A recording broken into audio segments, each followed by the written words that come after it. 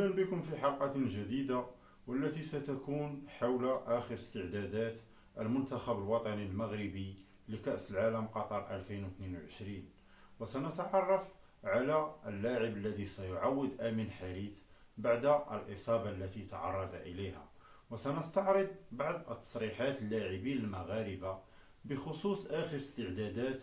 فالمطلوب منكم مشاهدينا الكرام تشجيعنا بالاشتراك في القناة وتفعيل زر الجرس ليصلكم جديدنا، والضغط على زر الإعجاب تشجيعا لنا، هذا فضلا وليس أمرا. ولنبدأ أولا بالحصة التدريبية الثانية بقطر تمهيدا لخوض غمار المونديال، حيث أجرى المنتخب الوطني المغربي عشية يوم الثلاثاء الحصة التدريبية الثانية انطلاقا من الساعة 6 بتوقيت المغرب على أرضية الدحيل بالدوحة.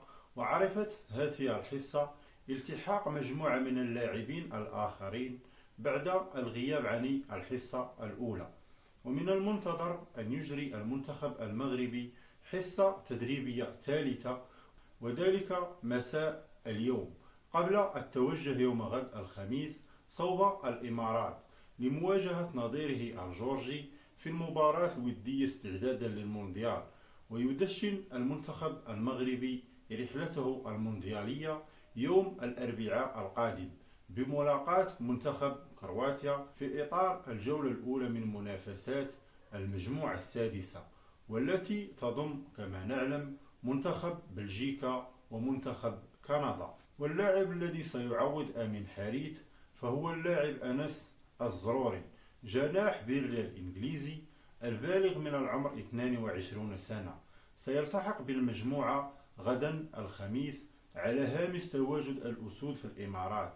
وينتظر الجهاز الكروي المسؤول عن الكرة المغربية مصادقة الاتحاد الدولي لكرة القدم على تأهيل اللاعب بغرض خوض غمار نهائيات المونديال.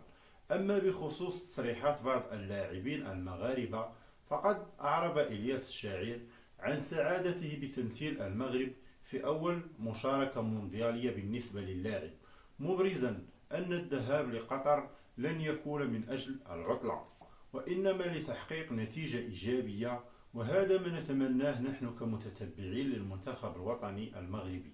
وصرح حمد الله مهاجم المنتخب المغربي عن ثقته الكبيرة في تجاوز العناصر الوطنية للدور الأول، مشيرا إلى أن تشريف الراية الوطنية يبقى أهم شيء للعناصر الوطنية. وأعرب الدولي المغربي بلال الخنوس عن فخره بارتداء القميص الوطني المغربي، متمنيا بتقديم أفضل مستوى مع الأسود. وتابع: هذه تجربة جميلة جدا مع أشخاص مثل هؤلاء اللاعبين، وأتمنى أن نقدم أفضل ما يمكن تقديمه للجمهور المغربي لأنه يستحق أحسن شيء. وشكرا على متابعة هذا الفيديو.